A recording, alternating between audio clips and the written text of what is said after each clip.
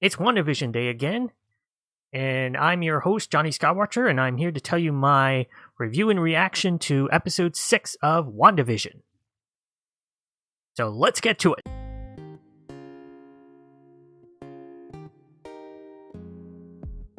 To start off, I want to talk about my non-spoiler thoughts. Overall, I really like the episode, and in general, I'm enjoying everything the show is doing. I know that I have seen some talk online. I was watching the Nerd Report's reaction to the episode immediately after watching it, and it seemed like quite a few of them had this feeling that this show in general is stretching things out too much and doing too much filler and not getting to the point. I understand where they're coming from. Personally, I think that the pacing is what it is.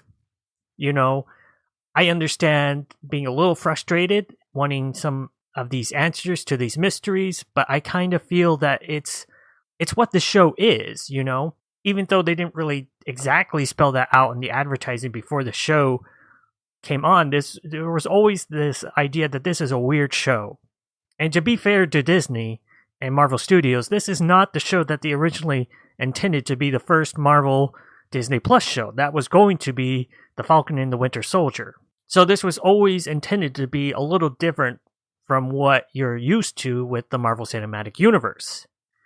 And I think the one show I keep coming back to in comparison when it comes to sort of the way this plot is unfolding and the mysteries is Lost. I don't think this is necessarily going to be a multi-season show, and I kind of almost hope that it is just a limited series and they don't try to do a season 2 and that they just answer all the mysteries by the time we get to the end. But obviously it's going to take longer. I think we're probably not going to get any real answers until probably the very last episode.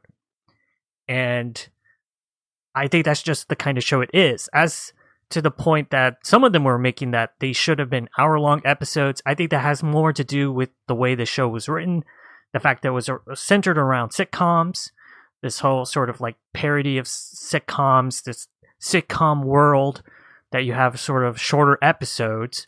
And I think it wouldn't necessarily work to put like episode 1 and episode 2 together, even though they premiered at the same time. You could have maybe premiered a couple episodes together at a time. That is something. I think it's just how Disney decided to release the episodes. I think it is one of those things that it's the kind of complaint that I understand where people are coming from. I don't necessarily feel the same way. And at the end of the day, it's only going to be relevant until the show has finished airing. Because after that point, anybody who wants to watch the show who hasn't seen it will be able to just binge WandaVision in one go. And it'll probably be only like 5-6 hours, 4 to 6 hours, however long. It depends on how long like the last couple episodes would be. Like I said, I'm really enjoying the show. This episode was good. It didn't really answer a lot of the questions I think a lot of people have been asking, but I don't think we're going to get a lot of answers. You know, for every little crumb we're getting, you know, it's kind of asking another question. So I think you're probably going to have to wait until episode 8 or episode 9 to get any sort of big answer to some of the mysteries. And with that, I think I've done talking about my non-spoiler thoughts. I don't really think I have anything else to say about it without getting into specifics. So now I'm going to go into spoilers. If you haven't watched the episode and you care about spoilers, then you can, tune out now and go watch the episode and come back. In fact, no, don't tune out because YouTube doesn't like that. Don't close the tab, open up a new tab, or just leave the tab open. Go watch WandaVision, episode 6, and then come back and finish this video. Or, you know, you can do whatever you want. You're an adult, maybe. I don't know if you're an adult. Coming back from the last episode, Pietro, who was not the Pietro we saw in Age of Ultron, but the X-Men version, played by Evan Peters, showed up, and a lot of people have questions. This episode does not answer those questions. So there's a lot of talk between Wanda and Pietro, and, you know, we've moved forward in time. We're no longer in the 80s. There's some question about whether this is really the 90s, since the opening, I think, is based largely on Malcolm in the Middle, which is actually a 2000 show. However, I don't really know that much about like family sitcoms of like the 90s and 2000s necessarily. And I think that's part of the reason why their focus is always going to probably be on sort of family sitcoms once you have the twins, because the twins are part of the show. So it's always, you're not going to necessarily get that Friends sort of parody, because it wouldn't necessarily fit, because, you know, you have the twins there, and it's not like Wanda and Vision are suddenly living in New York City, even though I think that would be amusing. I don't think it would really fit the show. We move forward in time, and now we're having a very special Halloween episode with Uncle Pietro, who looks different. The most interesting thing watching this episode was watching Wanda and Pietro talk and trying to figure out how much the other knows, because it really seems Wanda knows that this is not the same Pietro, but it doesn't seem like she just wants to come out and say that.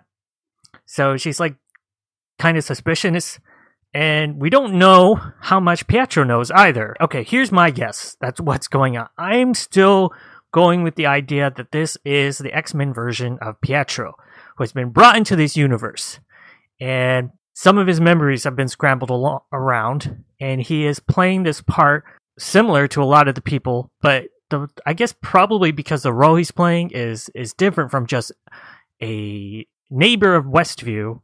You know, he's playing a family member. Like I said, I think it is the X-Men Pietro, but with like his memory scrambled. I know that there's a lot of people suspicious by the fact that he's asking a lot of questions. I saw that online, and I think to me it seems natural that if Pietro got pulled from another universe, and even though he's not completely under Wanda's spell, he is closer to being out of it than anybody else in this town, that he would ask questions like, how did this start? Because it seems like he's totally aware that this is a spell of Wanda's, which would make sense, because even if he's the X-Men's version of Quicksilver, he knows his sister, and there's a lot we don't know about the Wanda of the X-Men universe. So it could be that he's familiar with her having creating like nightmares. Though it does seem like he probably does have the memories of the MCU Quicksilver, or at least some of them. And that could be from the fact that he's playing this part. But that's the big question, isn't it? I'm going to stand by what I said last video and say that it would be kind of a dick move if Marvel pulls the rug under us again and says, nope, this is not a multiverse connection, this is just Mephisto or Nightmare or some other villain pretending to be Quicksilver. At this point, it could really go either way. I just think it would be dumb if they do that. I think the simplest explanation is that this is the X-Men Quicksilver who got pulled into the universe by Wanda unconsciously with maybe the aid of a third entity that we don't know about. And that's what's going on. Moving on, we get another big piece of information when Vision goes to the border of the town, and it seems like people near the edge of the town are not operating at full capacity, and it's almost like the hex itself is like a big giant computer program. I think this ties back to episode 1, where I noticed that Vision seemed to be working at a job that had to do with computing, and he didn't know what they were computing, just that they were computing.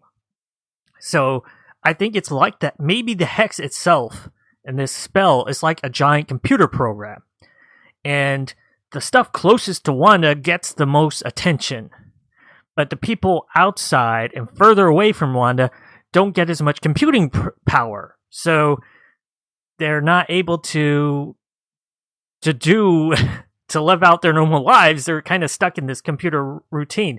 The thing that it reminded me a lot of is Rick and Morty, the episode where they're stuck in a simulation, which then turns out to be a simulation within a simulation, something like that, where, you know, in the episode itself, Rick and Morty start doing this concert where they tell all the people to start doing various different things. People with the names that start with J do this, all the women do this, and so it kind of messes up the program. So that's what it reminded me of. It was like the people at the edge of town don't have the computing power even though they are real people, but they're all being guided by this magic of Wanda talking in their mind. And so I think it's just they're not being told what to do, and they're not allowed to do whatever they want. So they're kind of stuck in this loop of just, the woman, hanging the clothes. It's kind of creepy. And so Vision breaches the border. He makes contact with the outside, and surprisingly, he doesn't just fall over dead like some people thought he would. It's like he's being pulled back in. So here's what I think is going on. I think that the hex itself is a result of Wanda trying to make a replacement for Vision's Mind Stone. Now, I don't think she's able to create an actual Infinity Gem. I think she's trying to create a copy or something that would do the exact serve the same purpose, but it won't be the exact same thing. People have noticed that the hex may very well be related to the Mind Stone. So I think the hex itself is the replacement for Vision's Mind Stone, and it's what is powering him. It's what is powering Vision 2.0, should we say. So the Vision we knew from Age of Ultron to Infinity War is dead, gone. Wanda got his body and then has basically brought it back as a Vision 2.0, which is being powered by the gem. And the other thing that would make sense about that is everyone inside the hex is powering it, because Mind Stone, the hex is messing with everybody's minds. I don't know how exactly it works, but it seems like there's something there, right? So what if the hex itself is the Mind Stone replacement? Not the actual Mind Stone, but a replacement for the Mind Stone, and everybody inside the hex is powering that. And so, as we see later in the episode, Wanda expands the borders. It will probably become more powerful as more people are caught in it. And what I think the show is going towards is possibly Wanda will be faced with a choice. She needs to either let everybody go free from the hex and let the hex, get rid of it, and Vision will be just dead, or a Mephisto-like character will probably give her the option of killing everybody in the hex in order to bring back Vision completely. That's just a theory. Just a Wandavision theory. The other thing we get to see in this episode are the appearance of powers in the twins. Tommy gets Quicksilver's super speed, and Billy gets some sort of mind powers from Wanda. And so that's interesting. I think I'm still very much of the idea that there is a Mephisto-like character that has helped Wanda do all of this in order to get the twins. And I've also heard Nightmare thrown out there. I'm not familiar with that character, but it sounds interesting. I think they're going, especially with the idea of like Wanda being in a dreamlike state, possibly, and she keeps seeing Vision as dead, and then in this episode she sees Quicksilver as dead for a second. I'm still more on the Mephisto side, because this does seem very much like a deal with the devil. But the one thing detracting from that is we're getting to the point in the show where, in order for it to be a reveal that Mephisto was behind everything, it has to be a character we know. And unless they pull a sort of Thanos reveal at the very end, after credits, reveal that a character we knew was actually Mephisto the whole time, it doesn't seem like that's going to be a very easy explanation to do. Because either Agnes or character we know has to reveal themselves as Mephisto, and that they've been pretending this whole time, or maybe that will just happen in after credits. Right now I'm 50-50 on whether it's a character like Mephisto that is influencing Wanda, or if this entire thing is just Wanda's doing, and that it's a large part of her unconscious that she's not aware of. Right now I'm 50-50 on it. And lastly, I'll talk about the agents on the outside, Darcy, Jimmy, and Monica Rambeau. We get more Agent Hayward being just a dick. It seems like they're they're very much going in the direction that he is, I'm not going to say the main bad guy, but he's definitely going to be a minor bad guy at the end of this story. It definitely seems like Sword had some nefarious plans for Vision's body, and I'm guessing that that's really the only reason that Hayward cares about the Hex, is the fact that Vision's in there. And it almost kind of seems like in this episode that if everybody ends up dying in the Hex, but that he gets Vision's body, he's okay with that. So our trio of Darcy, Jimmy, and Monica end up sort of getting kicked out of the base, and then immediately knock out some guards and sneak their way back into the computer lab to do some hacking. I did roll my eyes a little bit. I understand it's for story convenience, but the fact that you're in this sort of highly militarized operation and they're able to just knock out the guard that was going to escort them off the base and just sneak their way around and nobody notices. Okay. Oh, okay. I guess. Some things you kind of just have to go with in movies and TV, and that's one of those things. I was just, okay. That's what's happening, I guess. Darcy finds some information, and Monica and Jimmy go to meet Monica's contact, who she says has a way for her to get into the Hex without being harmed or being programmed. We still don't know who that is. I still don't really have any idea. She said an aerospace engineer in the previous episode, so my only thoughts are maybe Rhodey. I don't know. Is she going to be getting some sort of Iron Man suit to go into the Hex? Maybe? I don't know. I have no real good ideas, and I haven't really seen a lot of chatter online about who that might be. But it seems like we'll probably find out next episode. And then Darcy stays behind so she can find information. I think I didn't actually notice it in the episode because it was very late at night. It was like 3 a.m. in the morning here in New York City when I watched it. I was watching Dan Murrell's review on it, and he pointed out that the last bit of information she finds is a folder that's titled Cataract, and how he thinks that has to do with Vision, which I agree with. It most certainly has to do with Vision, and I think it has to do with Agent Hayward's plan to co-opt Vision and probably use him against other people. Cataract probably, in my mind, would control what Vision sees or perceives so that they can have him do whatever they want him to do.